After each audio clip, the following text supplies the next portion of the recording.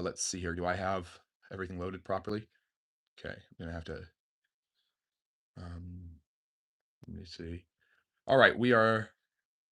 I believe we are loaded. Everything's loaded up properly. Hopefully, everyone can hear and see me. This is our live stream lecture. We do this every Sunday at 4 p.m. Eastern. If you enjoy history and social studies all over the world, please like and subscribe. Become a friendly neighborhood historian. It's as easy as that.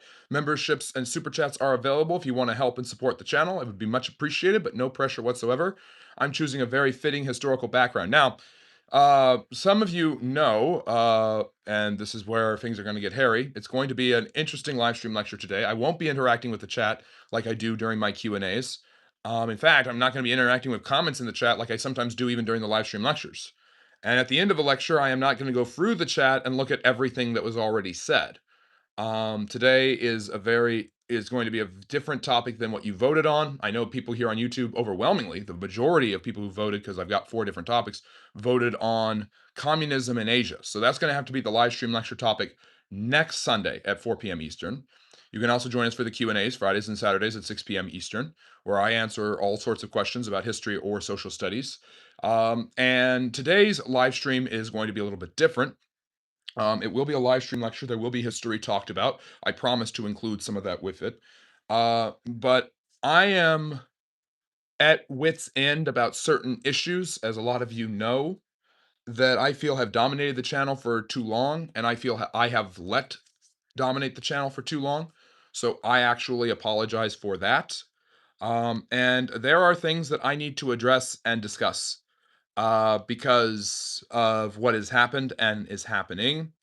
And I think that I figured out that I needed one big live stream, one big explanation, one big lecture, one big something or other video, what may, that could actually explain this issue. And then when the issue came up, I could do the whole Simpsons bus driver thing and say, don't make me tap the sign. And I could say to people in the future, if you want to learn about what I think about this topic, please go back and watch this video, this live stream lecture, where I give a detailed, clarified response about a bunch of different issues. So everybody in the YouTube world, everybody in the online world seems to be absolutely obsessed with the issue surrounding the question of the Jewish people, their history, current affairs in the Middle East, global politics, American politics, um, Jewish conspiracy theories run rampant everywhere. The internet creates a level of anonymity that allows us to have these various different issues. Um, and the so uh, it's there's an obsession with this topic. And there's an obsession on this channel with a lot of people who come on here, and as soon as they realize I'm a historian, they try to use my knowledge or get my opinion on an issue so they can use that as cannon fodder against the Jewish people, against the Jewish religion, against the state of Israel, against certain things like that. So today's live stream lecture is not something anyone voted for. It is an executive decision by me as the head of the Friendly Neighborhood History channel to discuss not the history of the Jewish people, which is an excellent live stream lecture topic, which I'll probably do in the future, but I will be discussing history. But I have gotten personally criticized, I have gotten lambasted, I have been accused of being a bigot, I have had a lot of accusations thrown at me. And anytime I show any sort of support um, if I showed any sort of criticism of Israel, I'd be seen as a critical thinker, a reasonable fellow, all of this stuff. But if I ever show any sort of, um, and thank you, and yes, this is the once and for all topic. Thank you, Emir, for the super chat. Really appreciate it. Anytime I show any sort of support, sympathy, understanding, nuance to the perspective of who are the Jewish people, why is there a nation of Israel in the Middle East, I almost immediately get hit with you are a Zionist, you work for Mossad. People exaggerate and make jokes, and I get it. People are trolling online, and the online world gives them anonymity. I've been accused of being Jewish. I've been accused of being a Zionist. I've been accused of being all these different things. And yeah, it is my channel. I can support whoever I want. My job is to talk about history and social studies from as an objective and thoughtful a lens as I possibly can. And that's what I'm going to do today. But I have to also address my own history, the history of this channel. I have to address the criticism that I consistently get. And I have to address several of the biggest conspiracy theories and different issues that people bring up on this channel regarding the Jewish people, so that when people come onto this channel and start throwing that nonsense at me, I can say, go watch this live stream lecture. Because then you will actually learn my opinion of this, and you will actually learn my historical perspective on it, and you don't have to ask me anymore. So you get to watch an hour of me ranting about this from as thoughtful and as objective and nuanced a perspective as I possibly can get.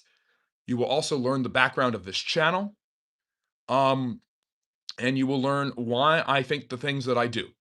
Now, my knowledge, my information, my expertise on the topic is likely to grow as I learn and study it more. I am not an expert in Jewish history. I am not an expert in Israeli history. I am an expert in history, and I happen to know a lot about the history of Israel and a lot of the history of the Jewish people, of the ancient kingdom of Israel, the modern state of Israel, things like this. And I happen to know a lot about the Middle East. And when I say a lot, I'm comparing myself to your average person on the street. There are historians who know far more than I do and have far more nuance than even I do on this topic. Go read them if you want to learn more. So today's topic is dealing with about it's an actual thoughtful investigation, a thoughtful unpacking of not only my perspective but the perspective of the Jewish people, and looking at who they are, and looking at the stereotypes and the nonsense that I have to deal with. Last night, and here's the background. Here's why I'm doing this. I am sick and tired of every live stream I do, me getting distracted with my ADHD brain, even though I've never been diagnosed, but it feels like I have ADHD when I'm dealing with it, where I get drawn into hell, where there isn't hell is a place where there is no logic. But I get drawn into hell discussing the issues of Israel, the Jewish people, Judaism. Last night, the Khazars were a huge, huge conspiracy theory everybody was talking about. I am absolutely sick of it. Um, and Zionism, Israel, the modern state of Israel, what's happening in Gaza. These are things that I have addressed over and over again, and people don't want to stop talking about them.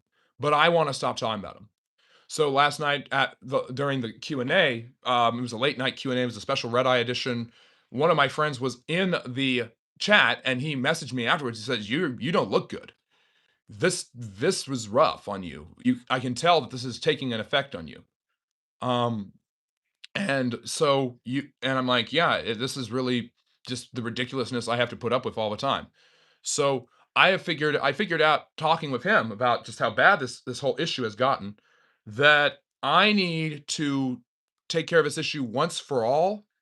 And once I take care of it once for all, people will still bring it up, people still want to talk about it, but I don't have to talk about it. I can refer back to something that allows other people, as I put on my smoking jacket, my usual attire for live streams, I can bring up issues related to it if necessary, that as needed, but I don't have to discuss it. I don't have to answer questions about 109 countries. I don't have to answer questions about the Nakba. I don't have to discuss these things if I don't want to. I can say, if you want my opinion about the people, about Semitic Jews, go and watch my live stream lecture from March 15th, Oscar night 2026. And if you want a prediction about the Oscars, I have no clue. I don't even know who's being nominated. So, this is a very important live stream. I'm not going to be interacting with the chat much. My moderator, Harry, is going to be handling a lot of the comments in the chat. If things get rowdy, you will be kicked out. I'm sorry. But I need to stay on target, and this is how it's going to be from now on. I'm going to talk about history and social studies. And occasionally I will tolerate talking about either Jewish or Israeli history, but I'm not going to be doing it all the time. And I'm not going to be going down these rabbit holes. You will have a point of reference where you can learn the entire history of these issues and my perspective on them, and you can learn about the channel. So I need to start off by discussing my own personal encounters, I think, to clear the air. So please like and subscribe for all the history content we have available. I would really appreciate that. I hope you are all having a great Sunday and you enjoy the Oscars. The live stream lecture about the communism in Asia will have to wait till next Sunday. Today, I am dealing with and finally getting rid of this issue surrounding Judaism and Jewishness that has been festering in my channel for such a long time that I have gotten quite sick of it. And I am asking people on both sides of this issue who are friendly neighborhood historians, people who like and subscribe and who do like what the channel does, to fact check me and tell me if I am wrong on certain things. I can always add points of clarity later if I absolutely have to do so. There are people on this channel who love what we do, and they are really, really against Israel, the state of Israel, and what it has done. And there are people on this channel that love Israel and love the Jewish people, who think that I'm, totally in the right. One thing I will encounter, and I will say, because there's a lot that I'm going to cover, and there's a lot that you've probably heard me say before. I find a completely this is probably the best way to start. I find a completely inconsistent application of how we discuss this issue. People who are anti-Zionist, anti-Jewish, who are worried about world Jewry, who are worried about the influence of Israel on American politics, the geopolitical structure, are worried about the wealth concentrated in the hands of who they believe is a Jewish cabal. There is no nuance allowed in that perspective. There is no open to the conspiratorial side of this is not open to any sort of fair criticism or nuance or praising of the Jewish people. Many of them are religious. Many of them think that the job of Christians is to despise the Jews because they killed Jesus, not knowing that Jesus, seemingly forgetting that Jesus himself was a Jewish rabbi, which I'll talk about later. But so there's that. These sides are not even in the way that they treat and interact with me. I have known many people who are Israeli or Jewish who support the Israeli state, who support the Jews, who even support Benjamin Netanyahu and the actions in Gaza. And they are willing to make concessions properly, think in proper categories, and say, yeah, this is bad. Killing children in Gaza is not a good thing. Israel has overstepped on certain things. Israel has done terrible things. The Jews have done bad things. I don't think I've ever met a Jewish person who is unwilling, who will just who will get mad at me and accuse me of being the enemy if I say the Jews have done something bad. But I've met plenty of people on this channel, and the internet allows for this anonymity, who will say, if I do not constantly lambast, condemn, and criticize the Jews in the state of Israel, then their attitude is, their attitude is always, well, you're a Zionist. You're being paid by AIPAC. Somebody even probably half jokingly accused me of being on the Epstein files. Ben Shapiro wannabe. I've heard all of these things before. When you understand the extreme differences between me and a Ben Shapiro, I think it would stun you. The issue that I am trying to discuss and address is that I am not in bed with any historical ethnic centric theory that either hates a people because of their ethnicity completely and totally without any quarter or thoughtfulness or nuance. And I am also against any position that would only glory in one civilization over another without any nuance. Perhaps this lecture, this entire topic, is me going after a lack of nuance on this topic and in this issue. So, where does that leave us? Where does that put us?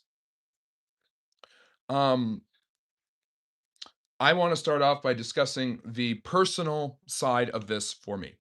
Friendly Neighborhood History Channel started in February of 2024. Now, I do not reveal personal information about myself, but I am going to tell you just so that we can clear the air, so you can understand a little bit more about me and you can realize where I'm coming from and that this is not a personal sort of feeling. This isn't me giving in to feelings or emotions. These are real, thoughtful perspectives that I have tried to add nuance and thoughtfulness to for years. This channel started in February of 2024. In May of 2024, I did my first live streams, and almost immediately, from the earliest of my live streams, I was assailed by people who were absolutely obsessed with the Free Palestine moniker. And people would ask me my perspective on the issue of the Gaza-Israel war, Hamas, Benjamin Netanyahu, all of that stuff.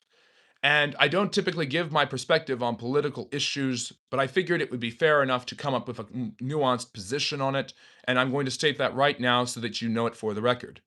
I believe that the state of Israel has the absolute right to defend itself against any and all threats that would want to existentially destroy it. I also believe through its history, and especially recently, that the that Israel and the Jewish people as a whole have been surrounded constantly by different groups of people that are committed to either their eradication or their embarrassment and privation. I also believe that the war in Gaza was poorly managed by the Israelis. They lost the PR campaign in a horrible way. I think many of them, at many points, especially in the Israeli government, could only see red in the wake of the horrific attacks of October 7th. I believe that it would be very difficult to manage a war in such a small strip of land without causing large amounts of civilian casualties. I, as a historian, know very well that every war comes with heavy, heavy civilian casualties. Um, and I found what I found to be so appalling was that we never judge other civilizations this harshly when we speak of civilian casualties. Only Israel has gotten this attack. And people who are then called to account for, well, America committed tons of civilian casualties, only then do they retroactively start attacking America and other nations in the past. Civilian casualties, caring about them at such a high level, has not been a priority of human beings throughout much of their history. Now, there has generally been this idea from the ancient to medieval and even into the modern world that you should try not to kill women and children and people who are non-combatants, the elderly, things like this. But almost everybody realizes, especially in modern warfare with the technology that is available, that this is going to happen. We aren't going to just we can't color along the lines in the coloring book when it comes to war. War is not clean. War has never been clean, and it has become extraordinarily harder to clean up. Um, Spilling a cup of milk is different than spilling a gallon of milk. It's a lot harder to clean up the gallon, and it's been harder and harder for people to clean up war, to keep war clean and not destructive and not devastating to the environment and to civilians, especially in the wake of the Industrial Revolution and all of the technology of the 20th century. And if you look at the devastating wars of the 20th century, you realize that civilian casualties is something that a lot of people who are heavily critical of Israel's actions in Gaza do not seem to care, and only retroactively care when Dresden, Nagasaki, Hiroshima, Nanjing, and all these other places of barbaric activity towards civilians happened. So I realized that the perspective of a continual critique of Israel in its handling of the war, well, coming from a place of moral concern, was extraordinarily trite when it came to understanding history, and it ignored historical realities that are extraordinarily difficult, yet extraordinarily real. Now, I also claimed on the channel, and if you ever run into an old hat on the channel, like Simon the Bunny, if he's around, who was the moderator of the channel at the time, and made it clear to everybody where I stood on this issue. I believe that the war needed to end. I believe that the hostages needed to come home. I believe that Hamas needed to be destroyed. Believe that Netanyahu needed to be removed from power. And I believe that a two-state solution needed to be brought to the table. That, up until very recently, was a very liberal perspective on this issue. Two-state solution is not something that conservative Americans who support Israel strongly really wanted. It's not something that Netanyahu wanted. But it had been the majority view for a long time. In reading and listening to the accounts of people who lived through October 7th, many of them who were very liberal came to realize that a two-state solution is not possible while Hamas continues to activate and work in the ways that they do. That if Israel were to lay down their weapons, only destruction and chaos would come. If Hamas were to lay down their weapons, then there could be a possibility of peace. These things are not equal. So that has been my perspective on the war since October of 2023. And it's been my perspective on this channel since May of 24 when the live stream started and people immediately wanted to start talking about this. But it's not just Israel's activity in Gaza and the issues of Israel's right to exist. The growing audience of this channel seemingly had more and more demands to discuss issues related to the Jews themselves. And there have always been people who, on the internet especially, who, using the anonymity of the internet, spend a huge amount of their time discovering and trying to connect spuriously the different conspiracy theories about the Jews that they have. The Jews have all the power. The Jews have all the money. All the Marxists were Jews. All the bankers were Jews. Jews are too liberal. Jews are too conservative. Jews are religious Judaism is toxic. Secular Judaism is trying to destroy the world. And at the end, the only common denominator that all these things shared were that they concerned the Jewish people.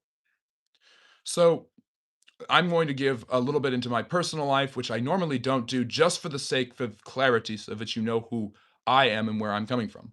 My ex-fiance, who inspired me to start the channel, thinking that it would be lucrative and thoughtful for me to spread my historical knowledge to not just her, but to everybody that I could come into contact with. And since then, I've been able to do it with millions of people.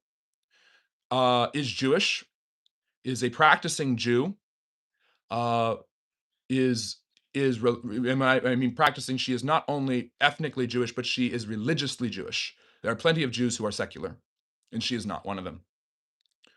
I am not Jewish. I'm not ethnically Jewish, and although I don't share my religious perspectives, I think you could say it's safe to say that I am not a religious Jew. Um, I do not follow the laws of the Old Testament. I do not teach them, and I do not subscribe to them. Now, where do I believe about God? Now, I've been asked this so many times on the channel that I've given a pretty blanket answer that I do believe. I sleep better at night thinking that the universe has some sort of meaning and purpose, and that some sort of God is probably behind that, but I don't go into more detail than that. So my point is, I have plenty of people that will ask me, "Oh, are you Christian? Are you Catholic? Are you Jewish? Are you Muslim?" And I I decline to state it. But for the sake of the constant accusations that I am a Zionist, that I am a Jew, that I am being paid by AIPAC, I have to say I am not Jewish.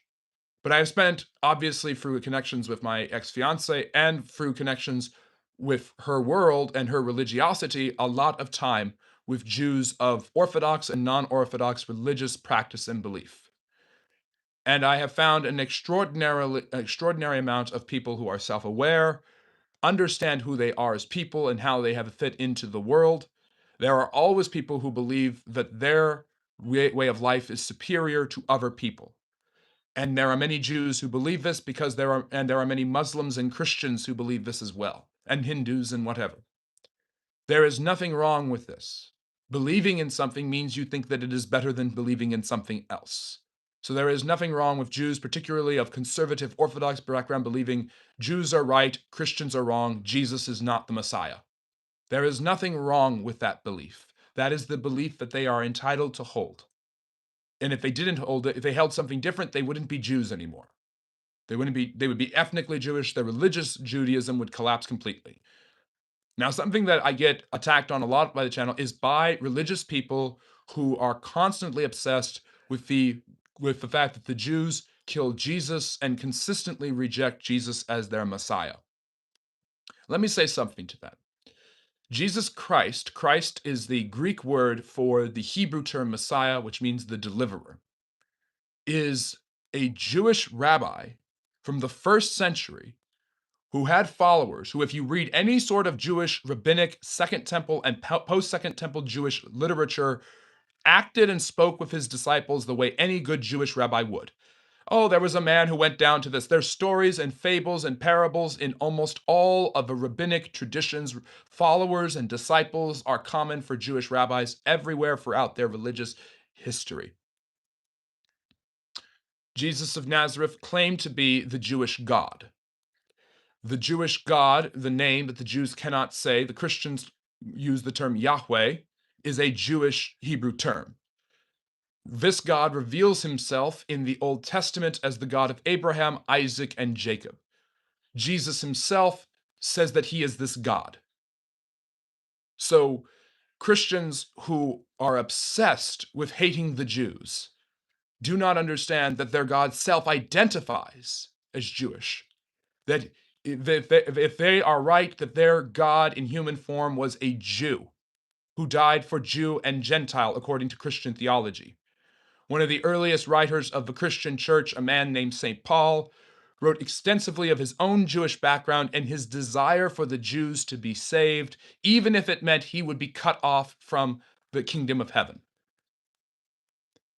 And if you read particular accounts where he addresses the issue of what has happened to the Jews, why have they rejected Christ, he says, if only they would accept him, how much better would everything be? Now, this is not me evangelizing or saying Jews need to become Christians or Christians need to become Jews. I don't care. This isn't a religious channel. I am absolutely horrified by people who call themselves Christians, who serve a God who calls himself love, hating the Jewish people when their own God in human form lived as a Jewish human. I have no tolerance for that. I find it to be the reason why is I find it to be the uttermost illogical nonsense. Now, from the Jewish perspective, Jesus ben Joseph is not the Messiah. He is a rabbi of certain talents and ideas and teachings that are important, but he is not God because God does not appear in human form in Judaism. And again, I have an inner sight on this. Spending a lot of time with Jews and in synagogues, I have heard very much the clarity of why the Jews do not believe that Jesus is the Messiah. And it has nothing to do with any of them, Orthodox or non Orthodox, believing some Talmudic writings that say Jesus is burning in excrement. The persecution of the Jewish people at that time by the Christian church was so prevalent that many Jews preferred to live later under the Muslims of the Middle East than under the Christians of medieval Europe. Jewish communities like the one in the painting behind me were often hunted, persecuted, and had their lives and livelihoods destroyed, their women abused in all sorts of different ways because they were considered to be Christ killers and infidels. Jews were heavily discriminated in every single part of the world that they went to. And I have often said that the Islamic world is now the area of the world that is struggling with anti-Semitism the way the Christians of medieval Europe did, the way the Americans did in the 18 and 1900s. Hatred of the Jewish people is a universal thing, and I don't understand, and I cannot answer in this live stream why it is so universal. Every supremacist, racist group in American history that believes in the superiority of their own race hates the Jews. The KKK hates the Jews. The Black Panthers and the Nation of Islam hate the Jews. La Raza has been extraordinarily anti-Zionist in its support of the Palestinians and that movement. Hatred of the Jews, of the state of Israel, is something that seems to be universal, especially by white supremacists and other people. Ironically, these are the people who hate the Jews nowadays will say the Jews are just white people putting on Jewish garb and pretending to be Jews. Which is ironic given the fact that you must admit that there are many people who have converted to Judaism just same as Christianity, but the people who convert to Christianity are not criticized, the people who convert to Judaism are. If any white person were ever to convert to Judaism, that makes him part of the Jewish community. That doesn't mean that he has an ancestral tie ethnically to the land of Israel, but it does make him a Jew, and a huge part of Jewish identity is their ancestral historical tie to the land of Israel as a community. Several of the practices of this community have come in this channel have been attacked and criticized endlessly, including circumcision and certain actions by ultra-Orthodox, very small sects of extreme Orthodox Jews who practice a certain ritual after the circumcision is completed that I do not want to explain or elucidate to you. Now, there are despicable actions made by every religious community in every context in every area of the world. And I forget the name of it. There's a Hebrew name, Betzma something. I do not condone it. I do not like it. I do not like thinking about it. I find it disgusting, and I think it should end. But that doesn't mean that there is a giant Jewish conspiracy to do horrible things to babies everywhere or children. I also must say that people who criticize the act of circumcision by the Jews and think that it is unclean, if they are Christians, they fit into a box of following people from the Old Testament, all of whom were circumcised. Jesus and all the apostles were circumcised. And also, it is a commandment in the Old Testament to do so. But they don't care about that, apparently. Now, let's look at the other side of this. The people who often make complaints about the Jews in Israel and circumcision and the abuse that it does to young boys are very, very quiet about the tens of millions of women who suffer from female genital mutilation with lasting traumatic memories at the ages of 12 and 13 when the vast majority of circumcisions are done to boys around the age of 8 days who will never remember it.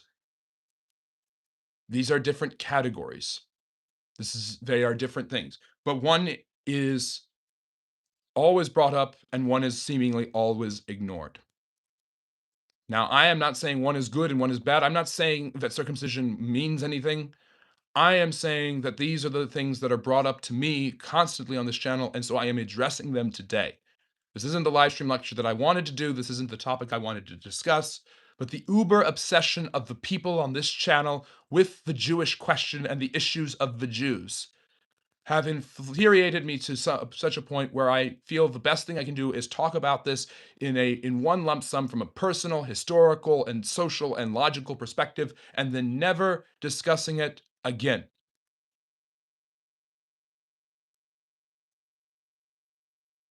And that brings me to the next part. I do not have this is all off the top of my head, but I planned more for this lecture than I ever have for any other one because I knew I had so many things I had to cover.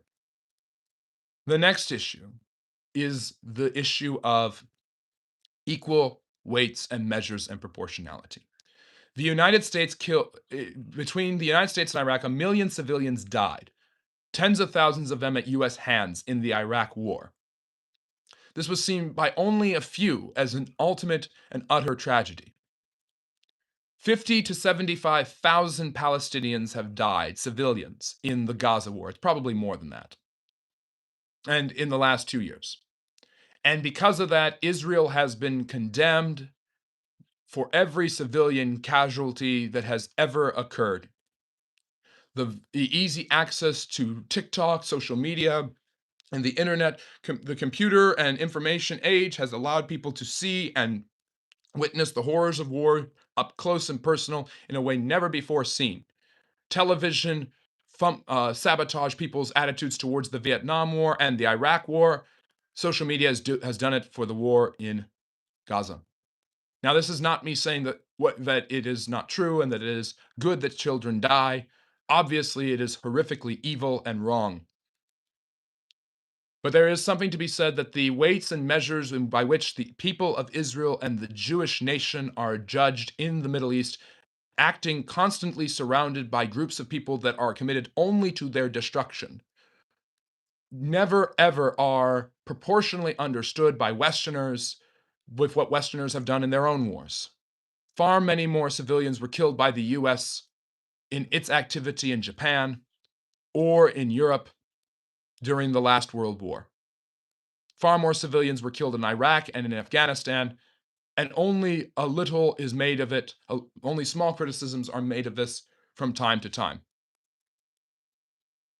So, again, this is not to say that Israel's actions in Gaza are justifiable or that the war is a just war or a successful war. I am simply saying that the standards by which Israel is condemned for its activity in Gaza are not used for the United States, Great Britain, and France. People will go back in history and say the Israelis have always been doing this. Look at the Nakba massacres, the conquest of the Palestinian lands during the 1948 war, the starvation and killing of Palestinians, Operation, is it Spread Thy Loaves or something like that, where basically Jews conspired to poison water wells and different sources of food for the Palestinians in order to get them to leave the land. Of course, I'm not condoning any of that. In the 1940s, Winston Churchill prevented millions of Indian people from receiving the proper rations that were due to them, which led to famine in that land because of a war effort. The difficult historical realities of the things that different societies do, Western and non-Western, leads to lots of suffering, and wartime is the worst time to judge human morality. Because every civilization and society acts in ways like this. And if the allies, or the people who we are told in the West are the good people, have done horrible and despicable things. Look at Dresden. But the consequences of the other side winning would have been far more catastrophic to the human race. And that leads me to the next point. The unequal weights and measures by which both Jewish people who are wealthy are judged for trying to control the world, where everyone who is Jewish who is powerful or has done anything wrong is lambasted 100-fold, And if he is a Gentile, he is ignored as just one evildoer. These same people will point to Israel's misdeeds in Gaza, its discriminations against the Palestinian people, its occupation of the land in 1948 during the Arab-Israeli War, and all of these other things, and will constantly critique Israel for any action that it takes that is not 100% moral in dealing with the Palestinians, who, in the words of Naftali Bennett, the Israeli opposition leader, who I think has the best perspective I've heard on this entire thing, when they stop teaching their children to kill us, then we will have peace. Those standards are never applied to any of the Islamic countries, radical Islamic countries that surround Israel, who constantly mistreat and abuse people in sexual, racial, and religious minorities, constantly abuse and mistreat women, and are never held to that standard. Now, a lot of people will try to point out that Israel is not a true democracy. It is not Western. It is this and it's that. Israel is the most democratic, most religiously tolerant, most sexually tolerant society in all of the Middle East. And it's not even close. The judgment of Israel is often on a standard that Western countries cannot live up to themselves and would not live up to if they were attacked in such a way. If Mexico attacked the United States, stole thousands of people from it, and killed tens of thousands, which is proportionally population-wise what happened on October 7th. So these folks, the United States would retaliate in a brutal campaign of warfare, which would see the destruction of many Mexican cities in order to reclaim the hostages. And many people in the United States would absolutely justify it and think that it was absolutely necessary.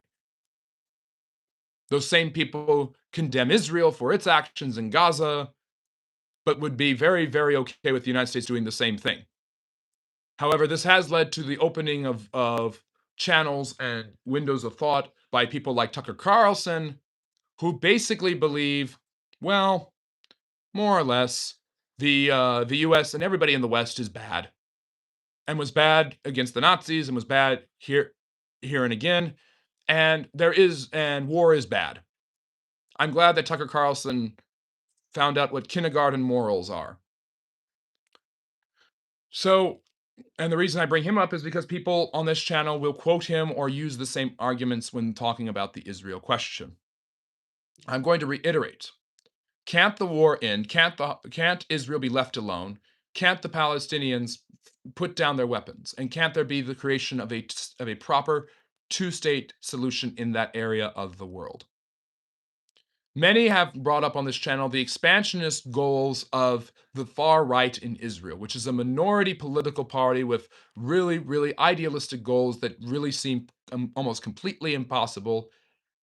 However, I will address it briefly. The idea of the greater Israel, which takes large amounts of lands from Syria, Lebanon, and Jordan and Iraq to create a very powerful Jewish state that dominates the center of the Middle East, would not only not happen and cost the lives of millions of people, likely in a war, but also is an expansionist goal and is condemned as such by people who live on land of expansionists. The British, the French, the Americans are all expansionists. Islam did not get to Persia peacefully. It did not get to Anatolia or Turkey peacefully.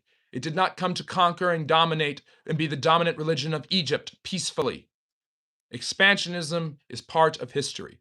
The Jewish people have only witnessed one real historical period of expansionism, and that is the conquest of the land of Canaan at the beginning of the Iron Age, 3,000 years ago. And that was when the first Jewish Semitic presence that was Hebrew and monotheistic, which can be connected to the rabbinic Judaism that is practiced today, came to dominate the land of the Levant. That is the first ancient Hebrew state in the region, which pre-existed Islam by 1,600 years. People who call Israel a colonial settler state who come onto this channel and repeat it ad nauseum until they are banned because they don't have anything else thoughtful to say, do not understand that the Dome of the Rock and Alaska Mosque are examples of colonial settlers conquering and expanding their landholdings into the land of the Levant and stealing it away through violence and murder and mayhem against the Christians who had occupied it before. That the Romans had not gotten that land peacefully. That no one in history has ever taken that land peacefully. And that Israel in 1948 did not do so peacefully was not by their own choice, but by the refusal of the Arabs and Palestinians to accept a two-state solution that the British had tried to get them to accept. The British had made offer after offer to settle the peace. The Jews had accepted many of them, the Palestinians had rejected all of them. Yasser Arafat refused the Oslo Accords, which would have given him more than almost everything that he wanted. And he refused it for his own safety, not because he hated Jews or Israel. Now, I want to make a delineation here. The anti-Zionist rhetoric that I deal with is not the same as anti-Semitic. My fiance, who I mentioned earlier, my ex-fiance, was a liberal Democrat who was constantly critical of the government of Benjamin Netanyahu.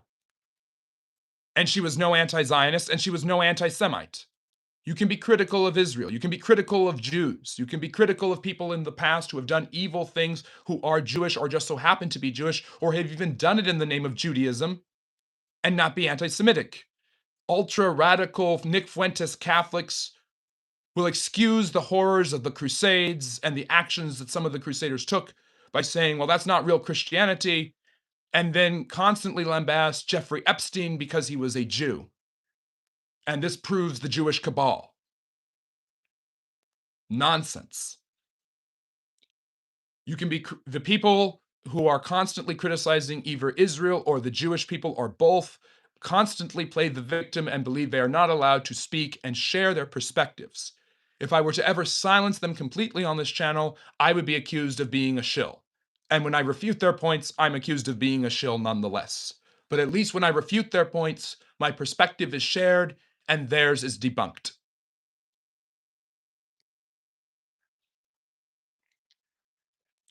There's so much more I'm going to have to go through. This is going to go for over an hour. We'll see if we have time for Q&A at the end. I hope you're enjoying this. This is not what I like to talk about normally. I've tried to share historical perspectives, but I guess I'm being more philosophical, if anything, at this point. Criticizing the government of Israel is something that you know who does more of than anyone else? Israel. Do you know who doesn't criticize their government? The Iranians. Oh, wait, they did, and tens of thousands of them were murdered before the US invaded. It's not something that's common in the Middle East because the Middle East is not democratic, but Israel is. People who hate Israel because of the abuses of its government and the corruption therein and its actions against the Palestinians do not understand that the United States as a democracy has acted in many similar ways throughout its own history. And if the United States were constantly surrounded by both Canada and Mexico trying to destroy it existentially, it would operate in many ways like the Israelis do. There are people who believe that the Jews and the Israelis are not the same. There are people who believe you can be anti-Zionist without being anti-Semitic. Well, what is Zionism? Zionism is the belief that the Jewish people have a right to self-determine their own state. There are no Jewish states in the world prior to 1948. There's Christian states, there's Muslim states, there's Hindu states, but there are no Jewish states.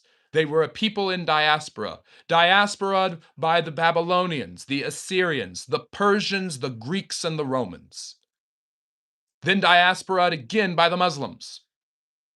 When people say the Jews have been kicked out of 109 countries, one country that they ignore is Israel and the Levant itself, where they have been exiled out of it multiple times by different empires. I might as well address that while I've mentioned it. The 109 countries argument, which I think is the weakest and easiest to prove just how conspiratorial nonsense doesn't have any nuance to it. No one has ever been able to provide to me examples where the Jews have been kicked out of a single country through actions that would lead me to believe that it was their fault. The same anti-Semitism that presupposes the question means that Jews are bad also does not understand that people who felt that way, that Jews were bad, are the reason they were kicked out of so many countries. which is an argument I've heard over and over again. I can explain why the Jews were kicked out of Spain, Saudi Arabia, and Syria, but they can never explain to me why they were kicked out of any of the countries and why it was their fault. I'm going to tell you something that's shocking. Jews are humans. Jews do good things and Jews do bad things. Jews are individually judged and Jews are judged as groups, just like any other human civilization and society. And perhaps my greatest problem with all of this is that we do not treat Jews as any other group of humans. We treat them as if the deck is constantly stacked against them and there is something inherently wrong with them. That is anti-Semitism. That is bigotry. That is what leads to Auschwitz and Treblinka. The idea that the Jews must be treated and understood differently than every other society and civilization in history. Every civilization and society must be treated and understood differently because every civilization and society is somewhat different. But we, at the end of the day, share the same human nature. And the Jews share this human nature too. The Jews have been one of the most successful groups of people in human history because they follow all the ethical and educational and academic markers, cultural markers that lead and breed to success and higher IQ rates. Success in the fields of science and medicine and mathematics is not because they are Jews or because the Jews control everything, but due to the proper cultural markers for success. Proper education, ethical behavior, strong communal and familial bonds, classical education, all of these things have been heavy markers of the Jewish communities, both in Europe and the United States, and is why Ashkenazi Jews score better on IQ tests than almost every other group of people in the Americas. So, the Jews are hated when they are successful. They are hated when they fail. The Jews control everything, yet the Jews cannot prevent the Holocaust. The Jews own all the world's wealth, yet they only have one small strip of land that they can call their own. The amount of inconsistency you must accept in order to try to marry all of your conspiratorial theories because of your hatred of one group of people is absolutely asinine and insane. But let's get back to this. The issue that I have with, I'm sorry, I'm losing my train of thought. The issue that I have with, I'm sorry, I'm losing my train of thought.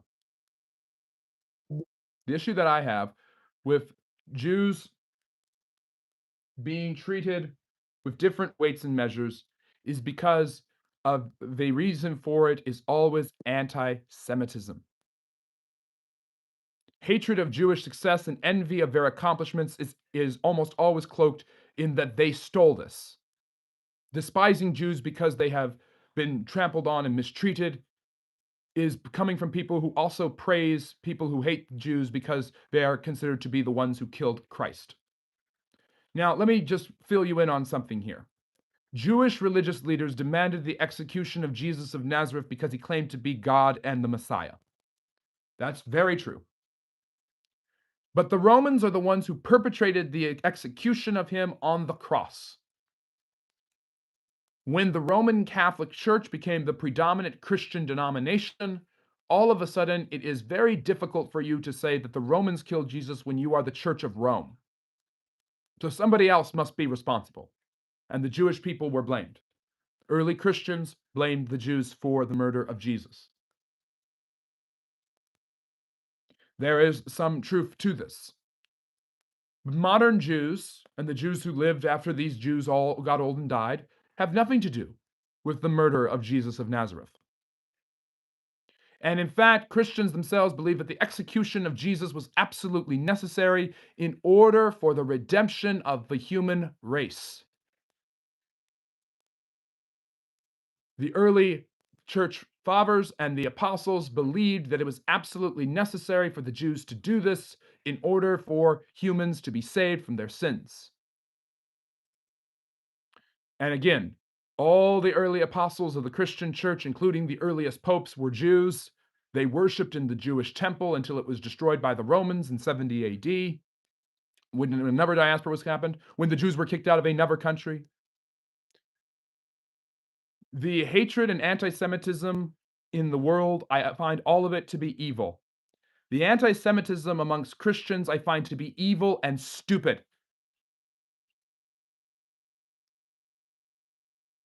So, can you be anti-Semitic? Can you be anti-Zionist without being anti-Semitic?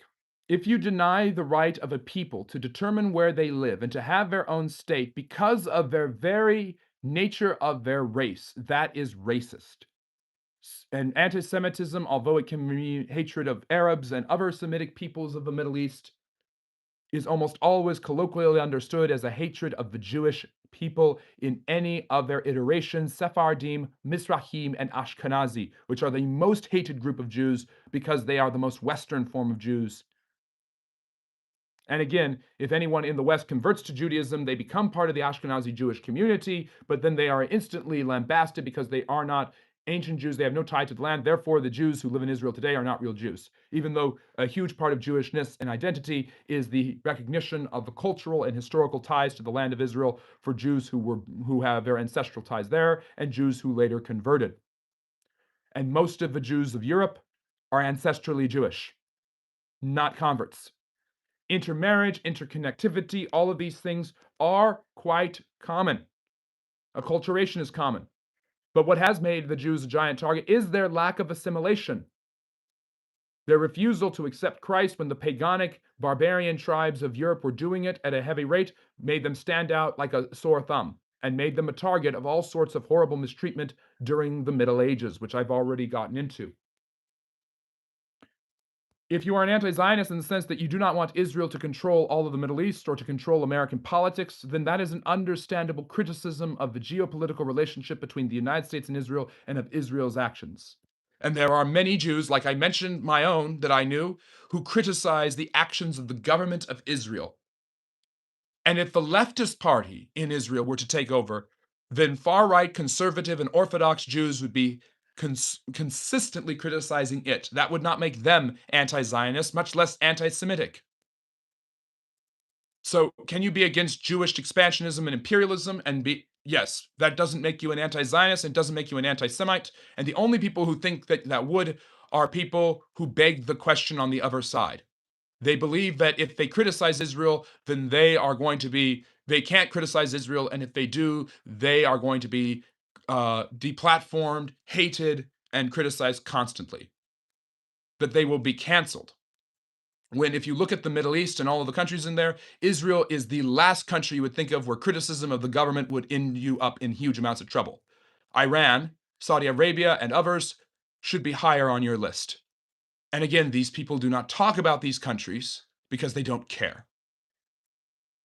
Criticism of the government and the actions of Israel, criticism of Jewish people past and present in certain contexts, criticisms of misdeeds by the Jewish communities in certain areas are perfectly permissible and acceptable within the Jewish community itself. The holiest of celebrations in the Jewish religion is Yom Kippur, where the Jewish community gathers and acknowledges their sins individually and as a community against God.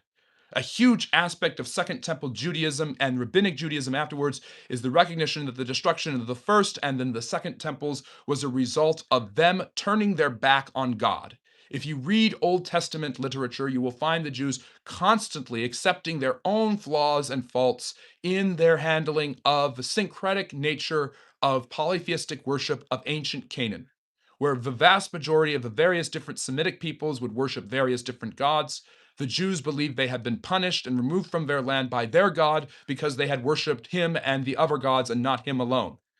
Shema, O Israel, Elohim, Eloheinu, Elohim Echad.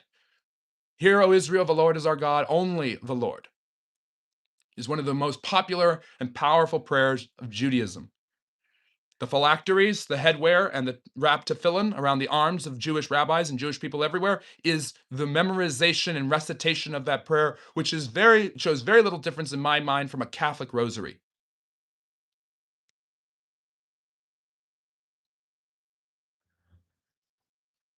Now, why do I bring this up? Because the Jewish people have been self-aware enough throughout their history to be critical of their own actions, both as a group and individually. You are not going to be canceled and lambasted if you criticize the actions of Israel. Are there hypersensitive Jews? Yes. Are there hypersensitive African Americans and white Americans who cannot stand criticism of their own cultures and communities and their actions? Absolutely. This is going to be the case no matter where you go. That isn't proof that the Jews are trying to silence you or want you to shut up. And as I have said, my own experience on this channel gives me the indication that Jews and people of Israel are very open to criticism of themselves, criticism that I never experienced, criticisms that Muslims just simply aren't. But again, Muslims aren't the ones who are constantly put on trial and accused of controlling the world system. In fact, no race, no religion is accused of that except the Jews. Ironically enough, I do not find anyone with conspiracy theories that the Irish are secretly controlling everything behind closed doors. People will come onto this channel and tell me that if you don't like communism, well, remember Marx and Lenin were Jews. My constant retort is that Jesus himself was a Jew. And if they say they're not Christians, then I go down the list of all the great scientists in world history and philosophers who were Jews. If you're going to special plead about certain people who were bad who happen to be Jews, then I'm going to remind you that there are bad and good people in every single race and ethnicity who have done good, terrible, conspiratorial, and helpful things for the human race. This is the way the world works. Everyone would laugh me off the stage if I said the French government is secretly controlling the world, except Candace Owens, because she's a nut job. But if I were to make an argument that look at all the French, look at bad French people like Robespierre, and then you would think of good French people through history who have done incredible things, like Pasteur. No, but the French had a much larger empire, had more political power, more wealth, and more manpower than the Jews ever have had. And for the longest time, the French, unlike the Jewish people, had their own state. They were one of the most powerful kingdoms in Catholic Europe. They were an empire twice in the 19th century under Napoleon and Napoleon III. For those of you who wanted to hear history, I'm giving you some history. And yet nobody says the French secretly control the world and still continue to secretly control the world. And yet the French have far more of a claim to power and dominance over world affairs in the last 2 centuries, especially, than the Jewish people have ever had.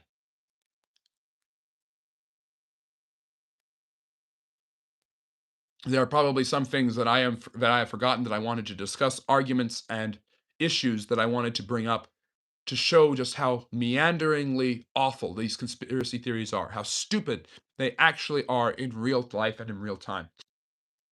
I might think about them as time goes on and add to them for the rest of a life. There are no equal weights and measures. There is no fair judgment.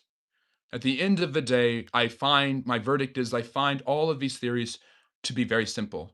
We hate the Jewish people. We hate their influence. We hate their power. We hate their wealth. We hate their success. We hate their failure. We would love, I have often asked the anti-Semites who come into the channel and the anti-Zionists, whatever they want to call themselves.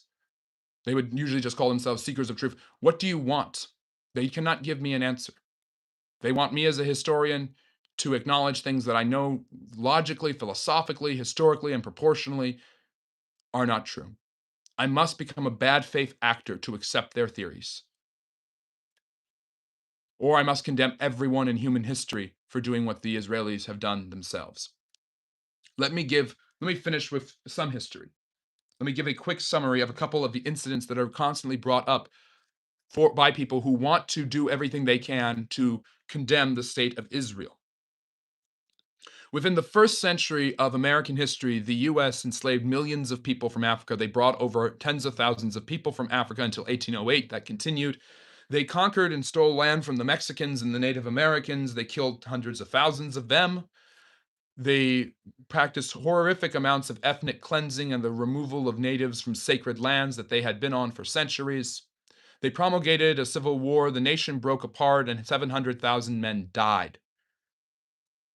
All within 7 years of the Declaration of Independence.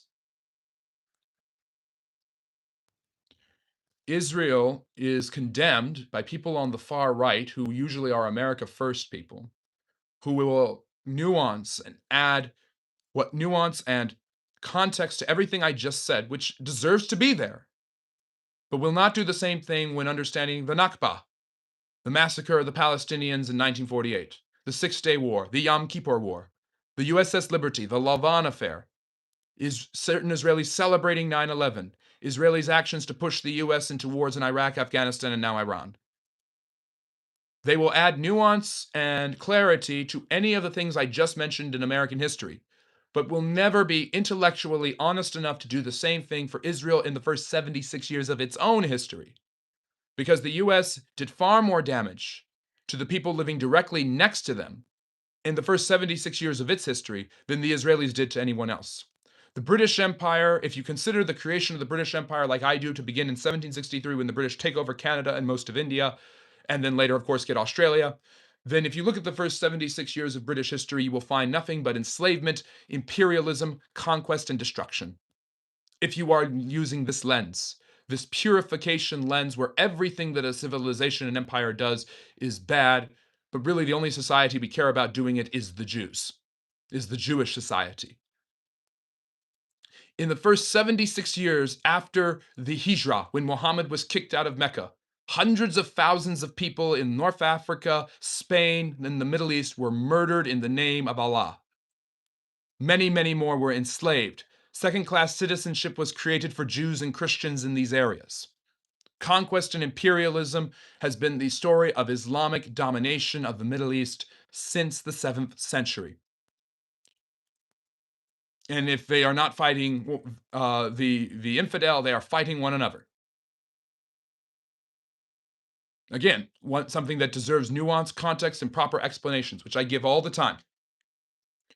But a standard that is never, ever brought up when people criticize the first 76 years of Jewish history since 1948. This also brings me to the issue of somebody who is a longtime friendly neighborhood historian accusing me of being a bigot. I was accused recently of being a bigot. That my bigotry comes out when I compare Islam and Judaism. The interesting thing, so first off, I have no bigotry in my heart. I have no discrimination for anyone whatsoever. What the Islamic empires did throughout the centuries is not a proportional comparison to what Israel has done in the 76 years of its existence. What the Ottoman Turks, with their allies, the Barbary Coast pirates, did to white slaves in the Balkans and Central and Northern Europe is not comparable to the Palestinians living in Gaza and the West Bank. This does not justify certain misactions of the Israeli people or the Israeli government or the Jewish people. But it does make you understand that Israel as a modern state has been far more moral than the peoples who have controlled that land before them. Islam, again, I must mention this, tens of millions of women at the age of 13 suffering from female genital mutilation, which involves the severing of a part of the woman's body that is only there for the purpose of sexual pleasure in order to keep her from cheating on her future husband. Child brides, abuse of women, acid burnings, mercy killings, these do not happen in Israel. They happen in parts of the Middle East controlled by radical Islam, whose victims are almost always Muslims begging for mercy and not receiving it and praying that Allah, in His goodness, will grant them mercy.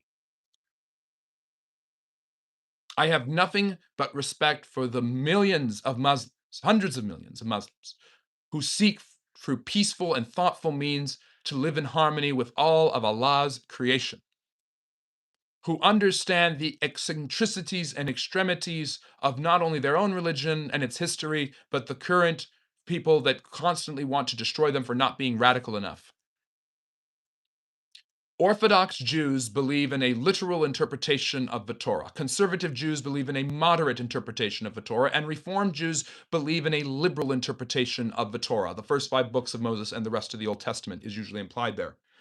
Sunni Muslims and Shia Muslims disagree about the proper successor of Muhammad. The Orthodox and conservative Jews have not fought giant wars that have killed hundreds of thousands of people in order to do this. The Sunni and the Shia have. Catholics and Protestants murdered each other for at least 8 times in France, 8 religious wars in the 16th century. I cannot think of an example where the Jews have done likewise. And yet the Jews, if have any religious differences, any sort of sectarianism, any sort of fighting against their enemies, are criticized and condemned by people who claim to be Christians and Muslims who do not have enough self-awareness to look at the history of their own religions. So, the point I am trying to make, I think I've beat the drum on this unequal weights and standards, but let me get back to the bigotry thing. I believe greatly in the beauty of a monotheistic system with a God that is good, thoughtful, and creative. And Islam has that. I think that the Islamic Golden Age is one of the most beautiful and underrepresented sections of history. I am extremely impressed with the utility and brilliance and military might of the Ottoman Empire. I am I find the music and the art and the architecture of Islam to be beautiful in many ways. I have nothing but love and sympathy to the many Muslims who worship their God in their own way. This does not mean that I have criticisms, doesn't mean that I don't have criticisms of Islamic history, because there is plenty to be criticized about Islam and the origins of Islam in the 7th century. When I have made these criticisms, Muslims have threatened me. When I have criticized some of the historicity of the Old Testament, Jews have shrugged their shoulders and moved on. I am the one who has not been treated proportionally. So, where are we as a society today? We are in a position where we have gone so far, and Israel has damaged its own reputation so much through this war and then the issues in Iran, to where it is now mainstream to hate Israel and the Jewish people and to believe in what were 10 years ago backwoods conspiracy theories shared by intellectual invalids. These people now dominate the discourse and have shifted the Overton window to point the finger at the Uday. And I am terrified of that. And here's why. I am terrified of that because I am the friendly neighborhood history channel. Because I am aware of history. Because I know what history is about and what history means. And I am very well aware of what happens when people forget about history. I am very well aware of what this means. The demonization, mockery, and hatred, disproportionate discrimination against a group of people, no matter who they are, can lead to the most awful and terrible results in all of human history. The demonization of the kulaks by the Soviets led to the killings of millions of Ukrainians. Anti-Semites and people who believe that the Jews are the problem will constantly say, why doesn't anyone talk about this? But they'll talk about the Holocaust. When they've never been to the channel and they don't know how much I talk about it. Because Stalin helped the US win the war, American historians agreed to bury the information about Stalin, with historians on the far left trying to influence academia, i.e., Howard Zinn and others. That has nothing to do with the Jews controlling the media and what we know and writing all of the history books, which I was told just yesterday by somebody that the Jews wrote all the history books. Not the books I read. I can go to the primary sources. I can look at the archaeology. I do not need to read Jewish history. I do not need to read history written by Jews. This means that no Jew could ever write a history book without being accused of being part of a giant conspiracy theory. This means no Jew could ever produce music or art. This is a way to silence their creative voices while condemning their different actions. And like I said, this can happen to any group at any time. African Americans suffered with this mightily in the early 20th century. People in Muslims can suffer from this greatly as they acculturate in Europe. Underclasses have struggled with this everywhere. The reason the Jews are different in some regards is because they have struggled with it almost everywhere themselves, because they have gone everywhere and often been a persecuted minority no matter what they do or where they go. I also need to point out that people will throw out on the channel that Christians are more highly persecuted than Jews constantly, as if I didn't already know that. Talking about the mistreatment of Jews does not believe I do not believe in the mistreatment of other people. Somebody yesterday in the late night live went off on the Nigerian Christians being Nigeria killing Christians, as if that somehow invalidated what I was saying in debunking their anti-Semitic Christian arguments. And yes, the Christians have done plenty of horrible and awful things themselves. This, I don't know that this is going to happen exactly the same way. History never repeats itself exactly. But I see very, very grim signs. I see lack of self-awareness from certain people that is only hurting their cause, and I see other people exploiting that to make mainstream views that could be extraordinarily destructive and demeaning to millions of people. If people were what's the word? I'll finish with this.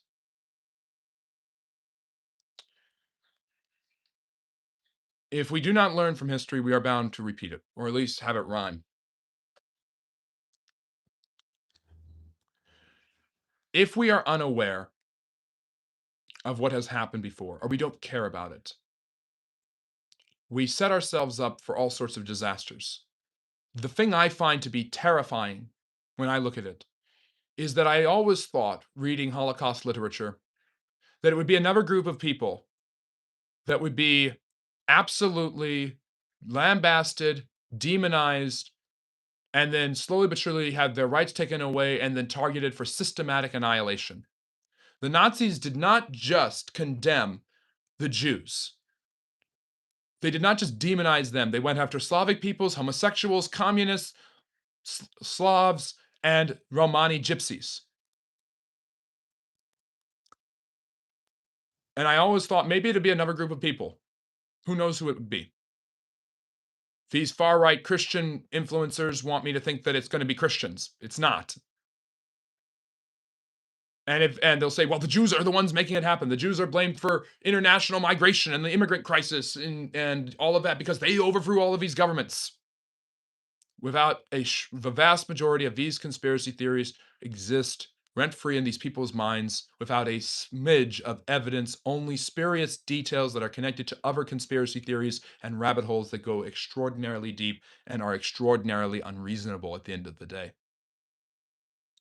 To sum up quickly, because I want to say the Israel thing.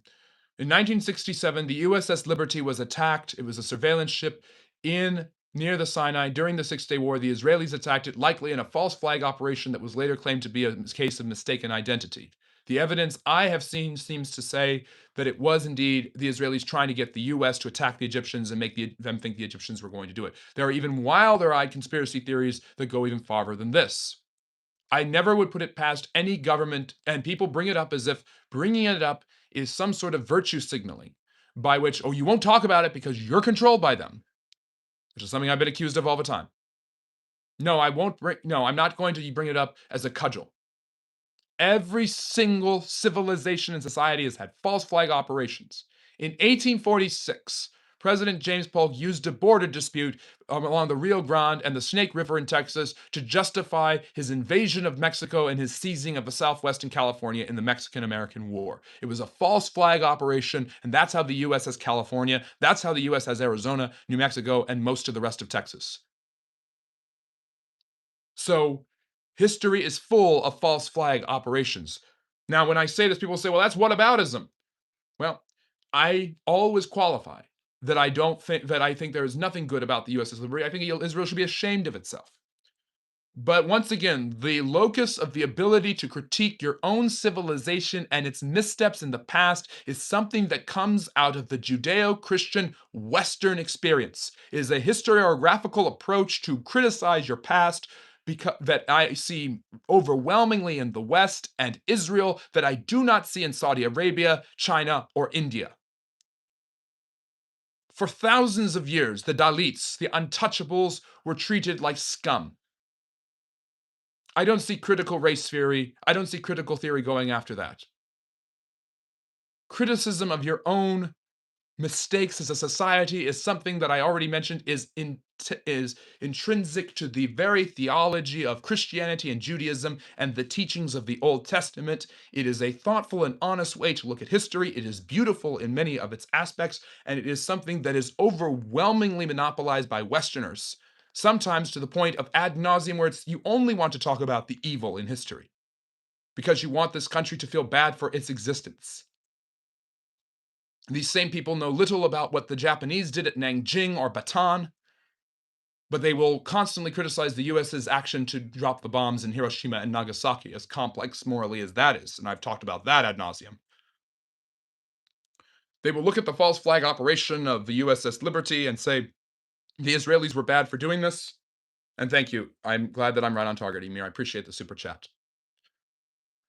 They will criticize the actions of Israel in that moment, yet pay very, very little attention to the millions of women who suffer from female genital mutilation and all sorts of other indecencies in the Islamic world. In fact, they will glorify and say you cannot judge the culture of the Middle East while judging a culture in the Middle East. There's one more thing that came to mind. Sorry, I know this has been a long lecture, my longest ever, but the issue of Judeo-Christian. This is something that a lot of people, if I ever say, oh my gosh, no, it's only Christian. The West is only Christian.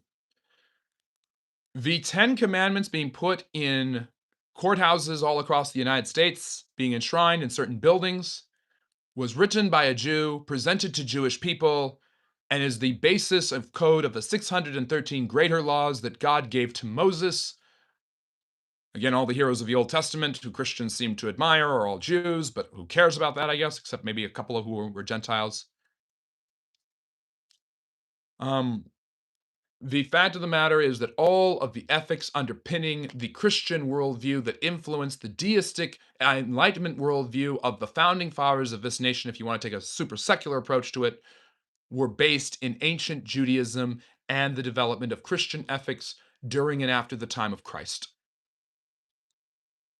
There is nothing, absolutely nothing incompatible with Judaic ethical values and Christian values that believe in a good, all-knowing, and all-loving God, which is the same values in the ethical teachings of Muhammad and the Muslims, for those of you who think I'm a bigot. I think we can get rid of that. Criticizing the history of these religions and their historicity is my job. My job today has been to rip apart arguments and dissensions that lack nuance and do the opposite of my sign-off. My sign-off is love history. These people hate history because history doesn't agree with them. And when they say history is written by the victors, they oftentimes imply the Jews. I've read enough history. Where have the Jews won? Look at this. Where have the Jews won? The justification of the massive loss of human life in the Holocaust and the realization of the mistreatment and anti-Semitism that had undergirded that, which undergirds the arguments that I hear on both the left and the right today everywhere,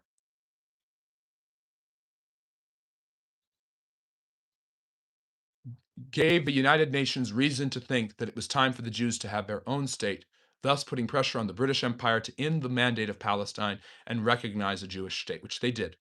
The Arabs had a chance for their own state. They refused, war broke out, and the Israelis dispossessed them and murdered a bunch of them. That is the Nakba. And yes, that's the history. Ben-Gurion and his forces acted as violently and ruthlessly as George Washington, as William Tecumseh Sherman, who burned Atlanta and devastated the South during the Civil War. These are heroes to the right, but not Ben-Gurion.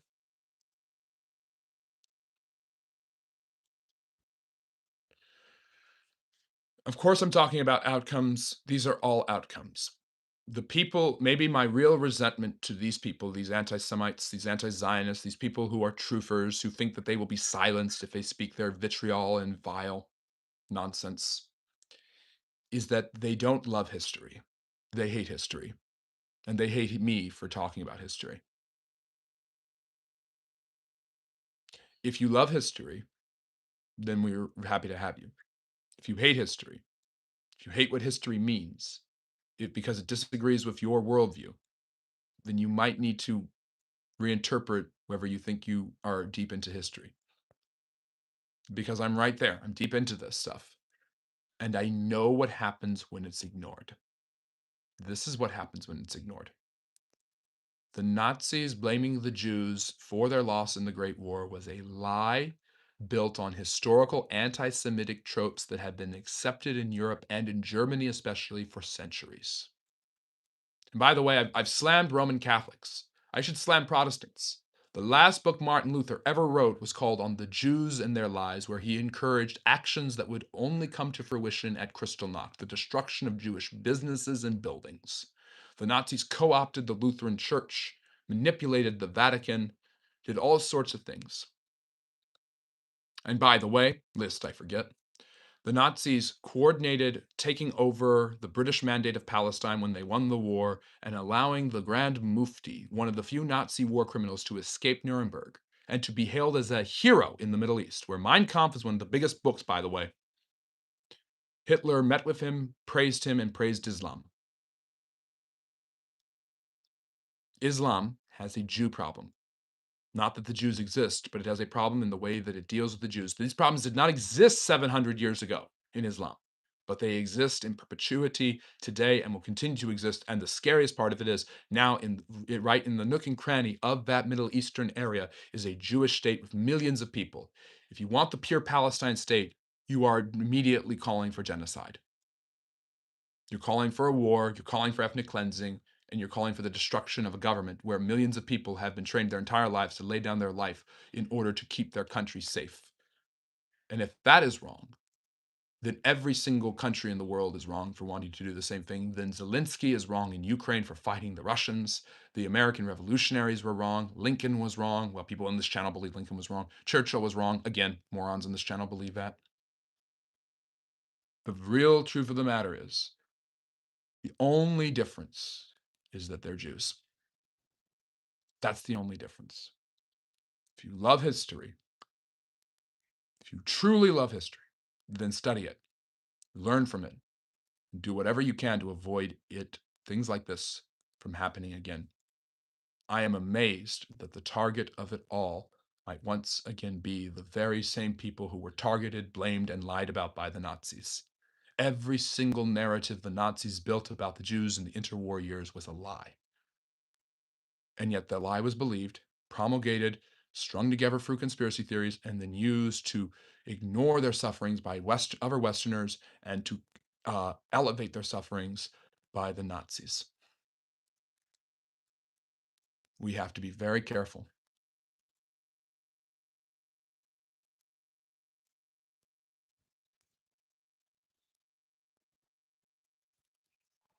And that's it.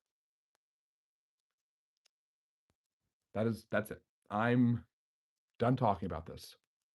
You've heard my thoughts. You've heard me explain a lot. I probably didn't cover everything universally. I'm not going to look through the chat. I don't want to look through the chat. I'll stay on for another 20 minutes to answer any questions you have now about history and social studies of any type and any kind. This channel is a history channel, and it's going to stay a history channel. And I'm going to tap the sign like the guy from The Simpsons. Watch this live stream if you want to know what I actually think about the Jews and Israel and the 109 countries. People in the chat just didn't listen, or they just showed up too late to hear it. Go back and watch it. For those of you who are still promulgating these nonsensical lies, go back and watch it. When you let decentralized conspiracy theories in, it will always end up at the innocent constantly fighting Jewish state, Israel, and people. Well, I go with the words of Naftali Bennett. When they stop teaching their children to kill us and destroy us, then we will have peace. The situation in the Middle East, the hatred of the Jews and Israel, the inane commitment to destruction and genocide of them. You can say what you want about, is there a genocide in Gaza? There isn't, but you can say what you want about that. I've addressed that so many times, I'm not going to address that now, but when you really look at it, You are making excuses for groups of people that are committed to the Holocaust and genocide of the Jews in Israel. And there are more Jews living in Israel now than there were that were killed in the Holocaust. This would be far more devastating and far more violent and far more awful when they stop teaching their children to kill us. Then we will have peace. I don't know any other civilization in the world that has ever survived surrounded by other people committed constantly to its destruction. The only reason Israel continues to survive is the support of the United States, if you want my geopolitical perspective. And the US, and that doesn't mean that that has not been without fault or problem, but it does mean that the alternative of what that would look like is probably far more disgusting and devastating than anything that happened in Gaza in the last 2 years.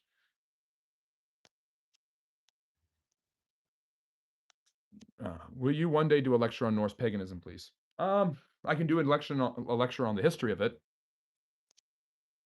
Did Jesus hold in his, oh, for goodness sake, do you think dispensationalism is correct Christian doctrine? Okay.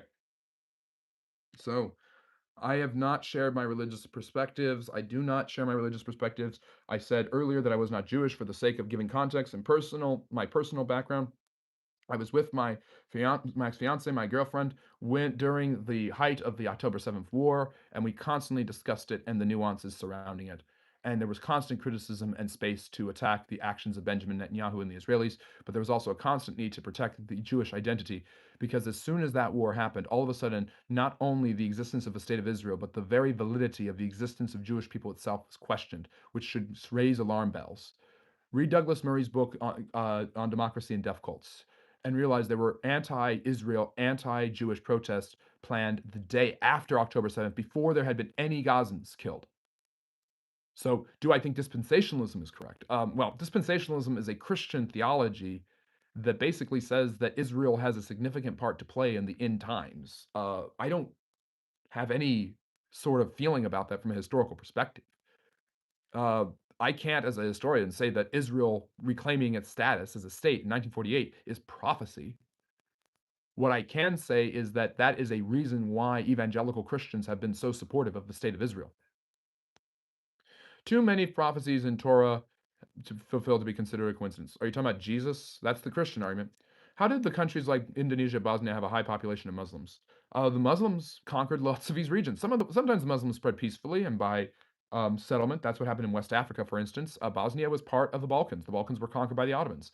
I don't know how Islam gets to Indonesia.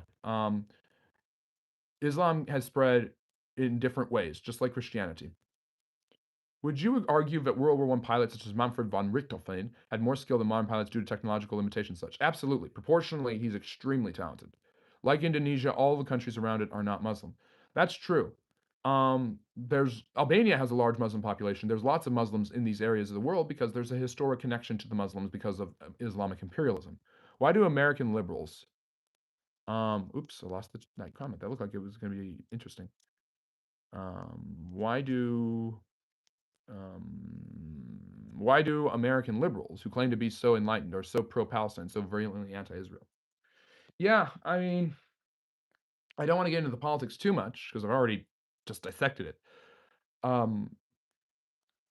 But I do find it strange that people who talk about trans rights, gay rights, support a society that hates homosexuals. Tel Aviv, here, okay, which city in the Middle East? I already gave you the answer. Which city in the Middle East has the largest pride celebration? It's not Cairo. It's not Mecca. It's not Tehran. It's not Baghdad. It's not in Constantinople. It's Tel Aviv. It's certainly none of the cities in Gaza. Um, there's a lot of intersectional thought about this, where they see the Palestinians as the oppressed. The Soviet Union did the same argument, took a communist lens and applied it, where the Israelis were representatives of Western allies like the United States and their imperialist, capitalist notions, even though Israel was firmly socialistic throughout much of its early history. And they saw them as the oppressors and the Arabs as the oppressed. And they felt that they could use the Arabs as a bulwark to create communist revolution in the Middle East. Never forget that part of the reason Israel came into fruition was the US decided to have an ally in the Middle East that would be anti-communist. How did George Patton get tanks into the US military? How did militaries react to tanks? I'm thinking about them after World War I. Well, they already existed. They were pretty clunky during the Great War, but the Germans are the ones that really revolutionized the tank with the Panzer. The Americans just reproduced more Shermans.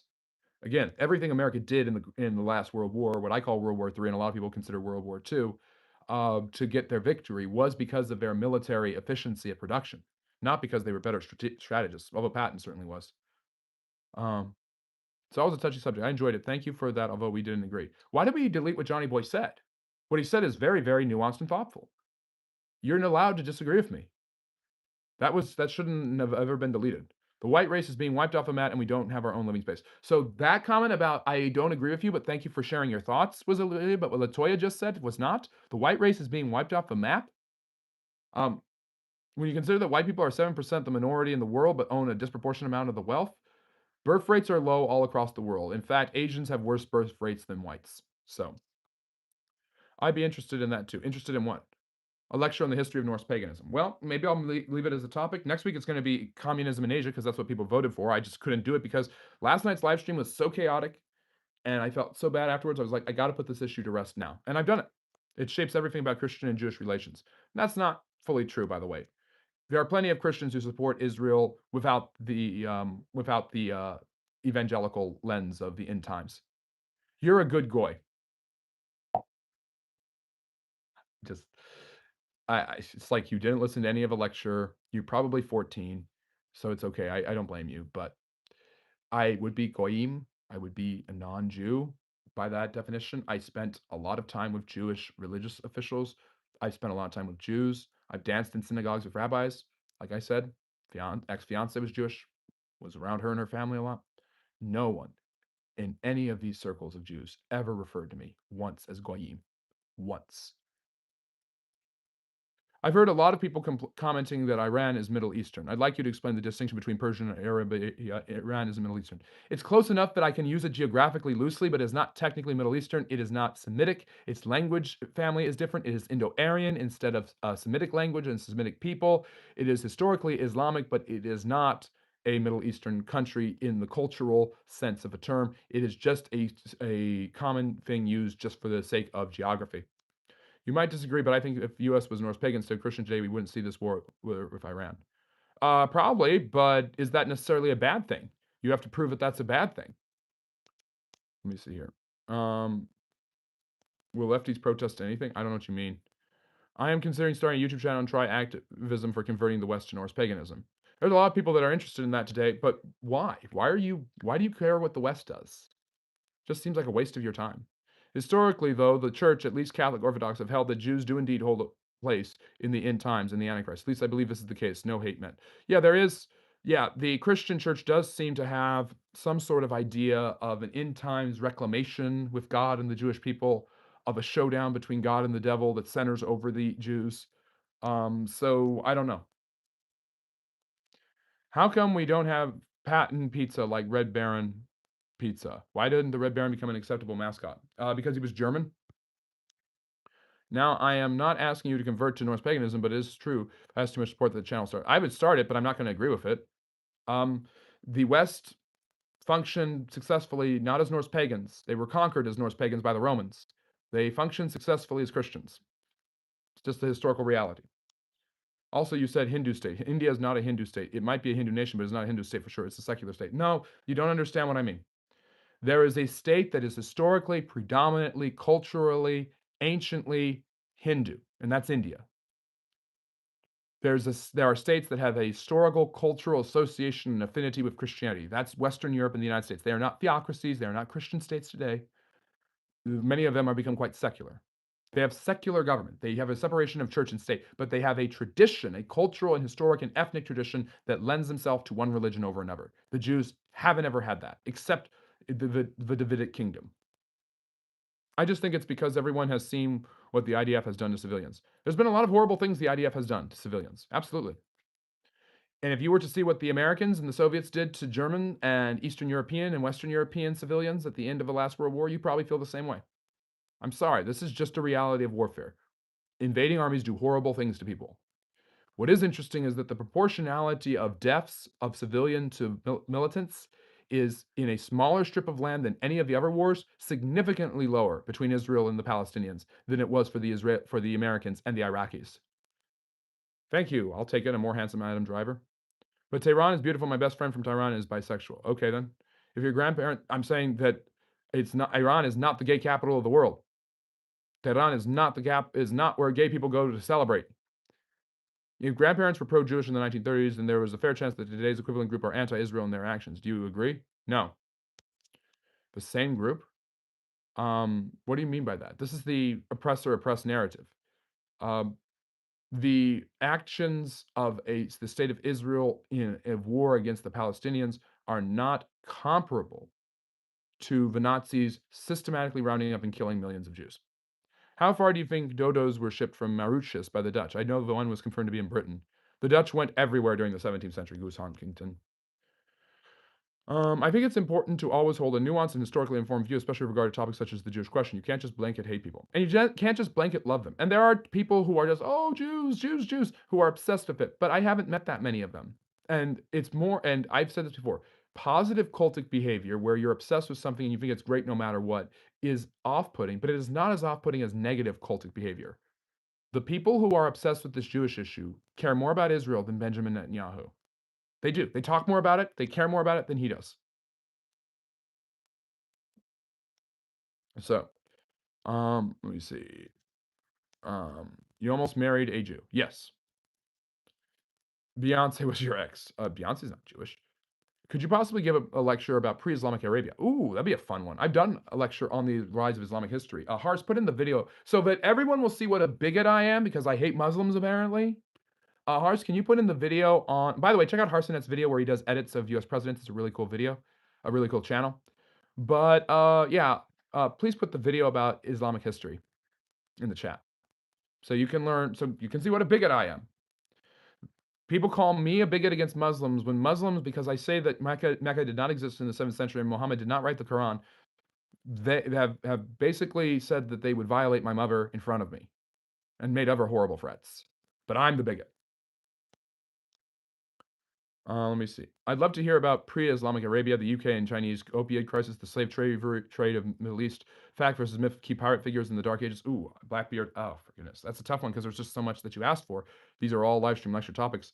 Pre-Islamic Arabia was polytheistic. It was deserty. It could never be subdued or conquered by the Romans or the Parthians, for instance.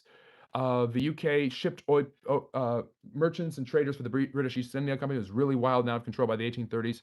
Shipped opioids to China in the using poppies to develop the opioids and opium in order to basically sate the population. The Qing dynasty, worried about Western influence and a growing, lazy, and stagnant empire, struck out against the British and later the French. This led to the two Opium Wars. It's how the British got Hong Kong and basically created a huge sphere of influence within China. The Middle Eastern slave trade, Muslims cannot enslave other Muslims, but they could enslave non-Muslims. So the Middle Eastern Arabs were the ones who started the slave trade in Africa. Key pirate figures, Blackbeard could have resigned anytime he wanted to, and Boré chose to be a pirate. She was not forced to become a pirate, stuff like that. So there's just a little bit. Bigot is just used today as an insult. It barely means anything, sadly. Well, when I use it, it means something. The Book of Mormon changed my life, teaching me about Jesus Christ. Yes, Jesus Christ came to the Americas after he died. Okay.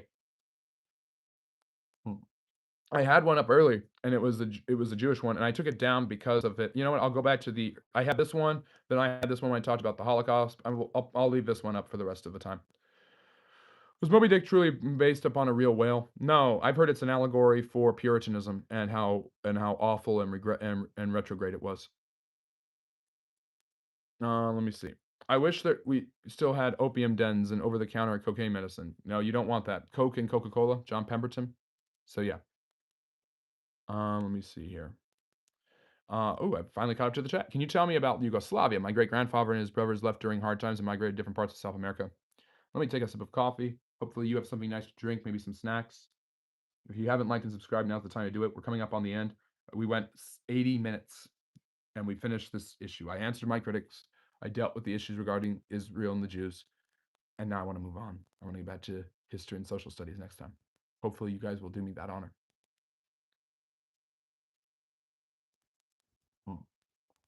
Yugoslavia is a amalgamation of different ethnic peoples like Croats, Slovenians, Slavs who were thrown together after the Great War and the collapse of the Austro-Hungarian Empire. It was dominated by Josip Tito, who was a partisan who helped defeat the Germans and then became a national hero and kept the country going until his death in the 1980s.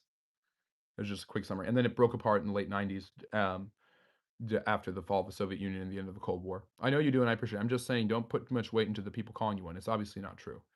Well, when someone who is a longtime friendly neighborhood historian, somebody who has liked and subscribed and been part of this channel for a long time, by the way, you can become one by liking and subscribing, but you can also become one officially by becoming a member.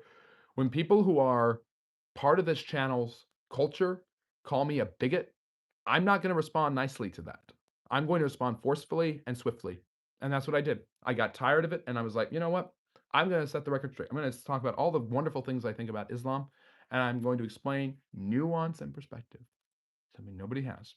What do you think of the protest clashes of different beliefs in New York City ever since the U.S.-Israel strikes on Iran? I don't think about them that much. I'm not surprised by them. New York is a melting pot. It is diverse. You're going to have a lot of people who are the thing that people don't point out is that there are plenty of Iranians all over the world who are just thrilled this is happening because their families were forced to flee. The the Islamic Revolution was not getting rid of a Western imperialist power. It was a bloody, nasty co-opt of a revolution already happening. The US did nothing to stop it, which they should have and could have, and many, many people were displaced and forced to come here. That is why Persians that I know were cheering when Jimmy Carter died. Yes, they were cheering when a man who lived to be 100 and is considered a national icon died. Because there's a dark side to Jimmy Carter. Those people all across the world are cheering. And it's the same people, and I hate it. I absolutely hate the duplicity of people. These same people, there are people, oh my gosh, Maduro's gone. Venezuelans all over the world were like, yes. And they're like, and a bunch of people were like, oh no, a bunch of people on the left were like, well, Maduro's gone. That's horrible. And the Venezuelans are cheering. What edit or edits of mine do you remember watching? I watched the Calvin Coolidge one you did today. That was good. I'd love to hear more about the Himmerite Jewish kingdom while discussing paganism in pre-Islamic Arabia. The Hassemanite kingdom, that's the Maccabeans. That's the Maccabees after they throw out the Greeks in the 160s. They're able to hold on to that until the rise of the Romans and the advent of the Herodians.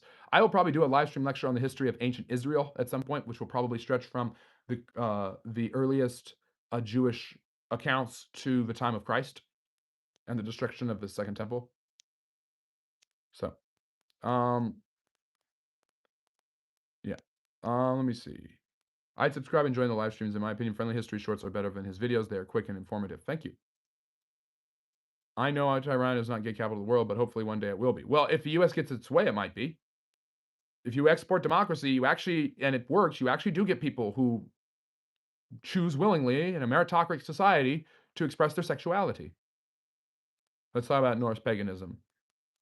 I'll subscribe to your channel. I just haven't. I think I already have. I've definitely subscribed to your channel. By the way, everybody should subscribe. A friend of mine has a channel called 2Byte Sports, 2BYTE Sports. Please go and subscribe to that. And he talks about baseball. Really, really talented guy. Excellent video editing skills. Please go and watch that. He's trying to get off the ground, and we're going to try to help him out. 2Byte Sports. Hars, can you type that in the chat? 2Byte Sports. The number 2, byte, B-Y-T-E, as in gigabyte, sports, S-P-O-R-T-S. Please go and subscribe to him. He's doing his best, and he's got some really good stuff out there. And please subscribe to Harsonet's channel. Let's talk about Norse paganism. No, let's not talk about Norse paganism. I think it's interesting, but I think you have an unhealthy obsession with something that has nothing to do with your society. Maduro is gone, great, but the people haven't benefited from it because they're still getting hungry and poverty. Yep. What will happen to Venezuela in the long term? Nobody cares anymore because of Iran. That is kind of bad. If someone has their subscriptions hidden, you won't see them in your list. Just a heads up, maybe he's hidden. He's not hidden. He came out and literally said it to me. We all know who it is. Yeah, 2Byte Sports, guys. Please follow him. I'm referring to the Jewish Himmerite kingdom, 110 BCE to 520 CE in North and Southern Arabia, modern Yemen, not the Maccabeans, ruled by Abu Karib Assad and Du Nuwas. Oh my gosh, ever people who converted to Jews and aren't real Jews, or just proof of a Jewish diaspora going all around the world, which is the historical evidence. Conspiracy theorists will tell you that the Jews co-opted these people and they're not real Jews, so we can hate them. But if they're not real, but don't you hate Jews? So if they're not real Jews, then you shouldn't hate them. I don't get that. I'll have to look into that. I've never heard of it before. 600 years in power in southern Arabia is pretty impressive. I just don't know enough about the history of that area of the world before Muhammad to actually speak to it. We have conflicting views on current events and history, so I don't know Egypt is a black land, Rastafari? What is our convicting views, baby Butba? I don't know what you're talking about. Bro hates moral realism. What's moral realism? You're a Yemenite Jew. Oh, fascinating. Well, we have people from all over the world who join us, and we're glad that you're here striving to learn. And I'm striving to learn more about you, so thank you. Well, I mean, Christianity is a religion that originated from the land of Israel. It's an alien religion. I live in America where people worship the alien God from an alien culture and put him above. Yes, Jesus is a Jew.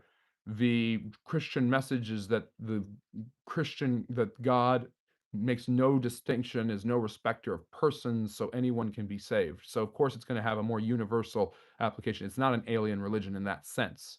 If you read the New Testament, it becomes very obvious very quickly that Christianity is meant to be far more inclusive than Second Temple Judaism was.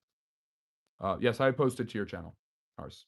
Or I posted to this channel. I'd love that. I'd be honored. I will say that Jews throughout their religion have been very open to people converting and becoming Jewish. And like I said, that doesn't make them ethnically Jewish, but it does bring them into the culture so that the woman, and if it's a woman, then the child she has is Jewish. Brings them into the culture. It's a matrilineal society. And then all of a sudden, that culture has a tie to the specific land of Israel, next year in Jerusalem, all of this stuff that is historic. So they are grafted in. Did you know the currency in Venezuela is worthless, so they use the US dollar? Yep, I've heard that. Put this alien god of alien culture above their own people and then wonder why can't be America first. Uh, you are comparing what Norse pagans did in converting to Christianity 1,200 years ago to the problems of current geopolitical issues in America now. That's like way over the top.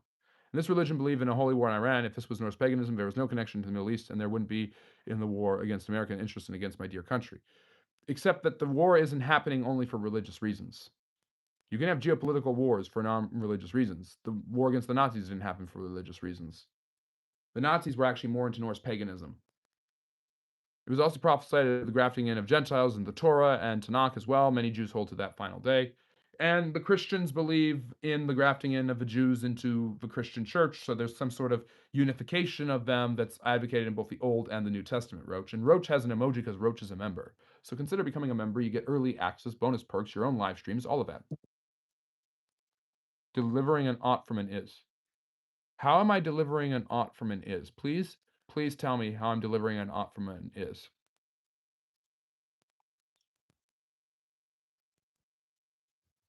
Yes, I've watched your edits.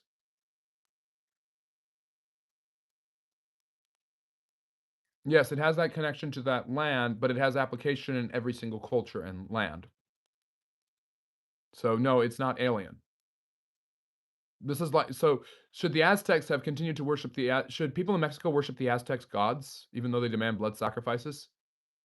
You're just being totally ignorant of how history changes and religions move in. Hinduism comes in with the Indo-Aryans. The Indo-Aryans are not from India originally. This is the argument of once you get ultra nativistic, you realize that that doesn't work or hold any water because people migrate and change their places all the time. I have a background as a Jewish historian. Really love the episode. I posted a YouTube series in the Discord based on an expert. You can point out. Oh, right. Well, thank you, Striving. I'll have to check it out. The same way I went to Iran to be Zoroastrian, I want West to be Norse again. So both culture put their own people. Well, the Iran, Persia, ancient Persia was Zoroastrian, but that's not the oldest religion. There are older religions in these areas of the world. This could be an infinite regress to religions that we don't even know about anymore.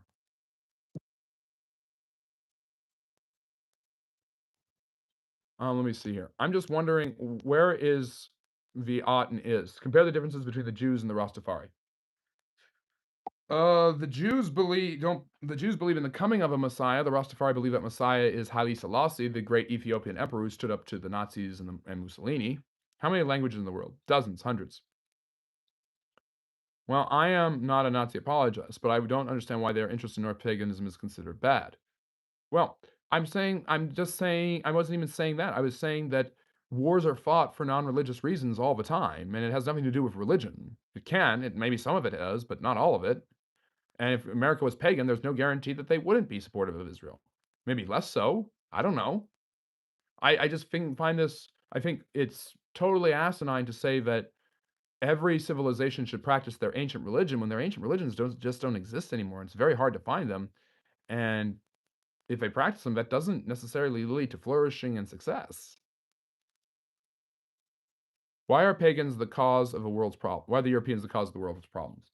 The Europeans have had their finger in the scale and their fingers in way more pies than any other civilization. Oftentimes, the criticisms and conspiracies about the Jews are more true for the Europeans and their predominant and disproportionate influence and technological advantages that allow them to have this disproportionate influence on world affairs through the centuries, including colonization and imperialism. Are you aware of a Persian nativist movement that wants to bring back Zoroastrianism, the dominant religion of Iran? What do you think of it? And I wanted to make some equivalent to the West to help. I don't know that these are necessarily necessary things. That's all I'm saying. Yeah, Megatron, go back and watch the rest of my live stream if you want to hear Jewish stuff. Yeah, I'm aware of these movements. I'm not saying that they're necessarily good or bad things. I'm just saying that it's almost as interesting as these old religions are, it's almost impossible for modern societies to practice them. In fact, most of their practices and rituals are based on antiquarian technology and ideas about the world that just don't commiserate with modern understanding. I believe the British have had the biggest influence on current world politics among all. Yeah, definitely. Did the Europeans have what's coming to them nowadays because of their horrific crimes for centuries? You could say that if you want to go with a karma view of history, but yeah. Um, so, anyways, I'm at 111 minutes. We're at almost at 2 hours. I could go another 10 minutes and answer questions. Thank you, Randy. I appreciate that. Please like and subscribe. But I'm getting weary, and I've talked about everything under the sun. I've finished all of these Jewish conspiracy theory stuff. Well, it's just modern Iran puts Arab and Palestinians before Persians, and today America often puts Jews before white Americans. That's my issue. Yeah, but how do you know the solution of that is going back to an ancient religion? You don't know that. Um, who discovered oil, petroleum, when and where? Well, petroleum was used for centuries in different contexts. Oil being used for gasoline and things like that, that's an American and British invention. Peace to you as well, Randy. I'm glad you guys all enjoyed it.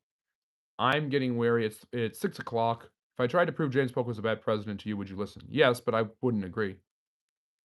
It's the Ron Swanson line. He goes to Lowe's and the guy says, "Do you need any help?" I know more than you. I'm sorry. The argument that James Polk is a bad president flies in the face of all historiography. Um, yeah. So, well, that religion causes it. When you worship an alien religion and believe that alien culture is sacred, you put that before yourself. That's not why Christians have an affinity for Jews. That's not why the US has close relations with Israel. At least it's not the only reason. That's a false equivalency. The Persians and Indians are basically the same people. Kind of, but not really. Would you ever consider becoming a professor of history in some of these liberal colleges to put a band-aid on the propaganda? I have no problem with liberals. I have no problem with leftist or right-wing interpretations of history. I just have problems of interpretations of history that are not accurate. If the historical facts turn out to be left-wing, then so be it. If they turn out to be right-wing, then so be it. I'm not here to make a political argument out of history. I'm here to make a historical argument out of history. Can I put it on a Jewish conspiracy? Can I put out a Jewish conspiracy? I don't believe it, but curious to hear your take. Sure, Roach. Do you think Gustav, the man-eating croc from the 1990s, was actually killed, as some claim? Um, maybe. Let me see. How effective was Calvin Coolidge exercise chair for maintaining a good physique? Don't know, but he was a good president. Would you ever consider? Yeah. So again, I'm not politicizing anything. I'm answering problems. In fact, if you launch the live stream lecture again, I am dealing with issues from both the right and the left that I think are just absurd because they are historically ignorant. They hate history. They don't love history, which is my sign off on my live streams. It's racist to say Persians and Indians are the same, but really, wouldn't it be cool if Norse paganism came back? No. It's already back. Look at the popularity of Thor. Look at the popularity of neo-paganism. I'm not saying these things are bad. I'm just saying they're not a panacea to the problems of the Western world. And the Western world is far better without it than with it. The Norse pagans did not do anything noteworthy invention-wise other than Stonehenge. The Romans, they were vile barbarians from every, and of course the Romans are writing about it, so the Romans are going to make them look bad, but the Romans conquered them. The Roman pagans were better than Norse pagans for Europe. They were more civilized. They brought more infrastructure and economic development. So maybe we should be Roman pagans. Norse paganism, from a spiritual perspective, if you think of survival of the fittest for cultures or for civilizations, failed, which is your argument. failed to make the Europeans great. Roman paganism unified much of Western Europe and also eventually brought Christianity to it, which the Europeans have been far more successful under that system and far more developed and far more civilized than under Norse paganism. You're so kind, GK. I really appreciate it. You don't have to yell, but yeah. Let me see here. Roach said, Calvin Coolidge was our last good president, at least financially. Clinton was a good president. JFK is a good president. Eisenhower, Reagan, I would all throw them into the category of good president. That sounds fun. An electric rocking horse. That's right. That's true.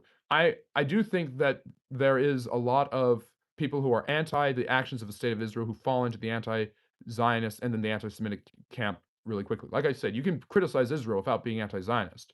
You can be an anti-Zionist even without being anti-Semitic. But it's hard not but it's hard. It's an easy and slippery slope. Have you studied the industrial civilization and Elohim? That's Persian roots. Well, Elam in southern Persia is one of many different civilizations that existed in that area. You have different empires like the Achaemenid Persians, you have the Assyrians, you have the Neo-Babylonians and the Paleo-Babylonians that all kind of inhabit the same area. The Achaemenid Persians is what makes a big difference. You familiar with Astru Folk Assembly? No. Let me see here. U.S. is an offshoot of England historically. The English were Germanic people, Anglo-Saxons who worship Norse paganism. So yes, U.S. is an offshoot of a Norse pagan society. Yes, but the Norse pagan gods are from Germany, so that would make them alien gods to the Americas. So by your very own logic, that would mean we should be more concerned with German issues than with American issues. So by your logic doesn't work. America is an offshoot of Christianity, which is an alien religion, and you reject that. But it's also an offshoot of Norse paganism, but you accept that. Clinton balanced the budget too, by the way, Roach. Let me see here. James Polk destabilized the United States because he made a miscalculation with Texas out of pride. He was a puppet for the Democrats for his entire presidency, bowed down to the ideology of his policies. He gave the United States California, the Northwest, and the Southwest. He destabilized Mexico more than he destabilized the United States. America was completed sea to shining sea by the end of his presidency and was more prosperous and powerful than ever before. So, no. Let me see here. I'm gonna wrap it up in a minute. We're almost at 2 hours. I guess I'll go for 2 hours. Coolidge left the country in debt. Bill Clinton left the country in debt. Only Andrew Jackson left the country without debt. Because America originated from the Germanic society. That Germanic society abandoned their native religion and accepted an alien religion. No, you're not following my logic. The Norse pagan gods are from Northern Europe. That is alien to the United States. And by that logic, if you think the Americans are in bed with Israel and the Jews because of Christianity, then by your logic, if we followed that religion, we'd be in bed with the Germans and the Norse. If I start my own YouTube channel, you suggest me to make it about Persian history or Norse pagan. Do whatever you want. I'm not going to judge what you should or shouldn't do. What's your expertise? What are you passionate about? Talk about that. That's what I do. Polk wanted to taunt the new unstable Mexican government, thinking it wasn't going to be that bad. It could pressure Mexico into giving up land voluntarily when he moved troops into the Rio Grande. Yeah, false flag operation. Like the USS Liberty, by the way. The Americans have done it too. Everyone has done it. Yeah. Themistocles lied, and ever since Themistocles lied about creating an Athenian navy to stop the Persians, false flags have existed. Mr. History, Mr. Bill. Oh boy. You're not going to like the live stream lecture. You should go back and watch it. Happy Sunday, folks. Happy Sunday to you, John Public. If you want a non-alien religion in America, wouldn't that lead us to Native American spirituality? Except, but that's not Native because the Native Americans migrated to the Americas. There is almost no such thing as a Native people, if in the ultra literal technical sense of the world. Yeah, Hars Polk rocked the Mexicans and gained a bunch of land. That I think from your semi-patriotic perspective, that would be a good thing, right? But Polk made a mistake. The one in the Spanish-American War wasn't a goal; it was a genuine thing that happened by citizens, not a presidential policy. Yeah, and both wars were successful. Get over it. Did Napoleon have a short men's complex? He wasn't short, not by the standards back then. That was British political propaganda. The history lesson is really about the rise of political propaganda in cartoons, not about Napoleon. The drug war was meant to contain socialism and oppress minority groups. Yeah, I guess it worked in that regard. So in your opinion, how do you see the world based on today in 100 years? I have no idea, baby Bubba. It's changed so much in just the 25 years that I've been around or about there. I don't share my age, but yeah, it's crazy how much it's changed. The history that has happened in the last 25 years since 9/11. Oh, wow, Harry with a YouTube channel about the British Empire. What a surprise. Don't care about politics. I have an issue with some academics in USA, like liberal professors, not protesting anti-Semitic behavior and actually supporting it by fanning the flames of anti-Semitism. Yeah, they don't. A lot of them just don't care. They think that this is the same as the 1960s anti-war protests. The anti-war protests of the 1960s did not target one specific group and make them the enemy and demonize them. Nor did the university professors and heads of the university deny anything was going on like the UPenn and Claudine Gay did a couple of years ago. Nixon personally admitted that marijuana wasn't a danger to society and that he was appalled about weed smokers being sent to prison. That sounds like Nixon. Well, Bonaparte was approximately 5'2". Um, in French measurements, which converts to about 5'6", which back then people were shorter. Oh, not only the war, a big mistake. Polk didn't want to start a war. He wanted something more simple. He did it for slavery and expansion. He was ushered in by the Democrats. Yeah, no, he wanted to fulfill manifest destiny. He's far more of a frontierist Jacksonian than he is. Slavery was just the ipso facto result for Jacksonians. Jacksonians did not care about slavery one way or another. They were fine with it as an institution because they benefited from it personally and politically, but they weren't demonstrably trying to expand slavery. Jackson didn't, neither did Polk. I think if we practice the religion of our ancestors, they will be proud of us. I don't think they'll care. I mean, I guess you could go with that. Your pat you Norse paganism, the Aztec religions are not Zoroastrianism. Not all religions that are almost dead are peaceful, loving religions like Zoroastrianism was. But I do think Zoroastrianism is interesting.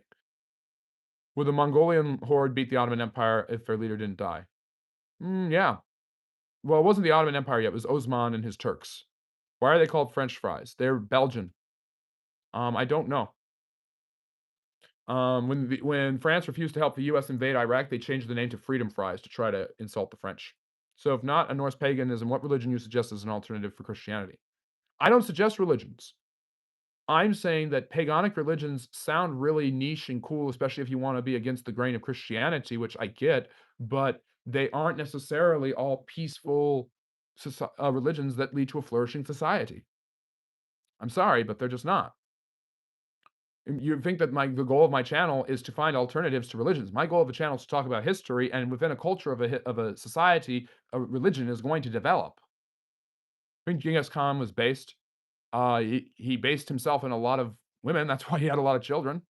I shouldn't have said that. That was bad. Which do you consider the better medieval siege weapon, the trebuchet or the catapult? Trebuchet. If you can go back and interview one historical figure, Napoleon, because he's Napoleon.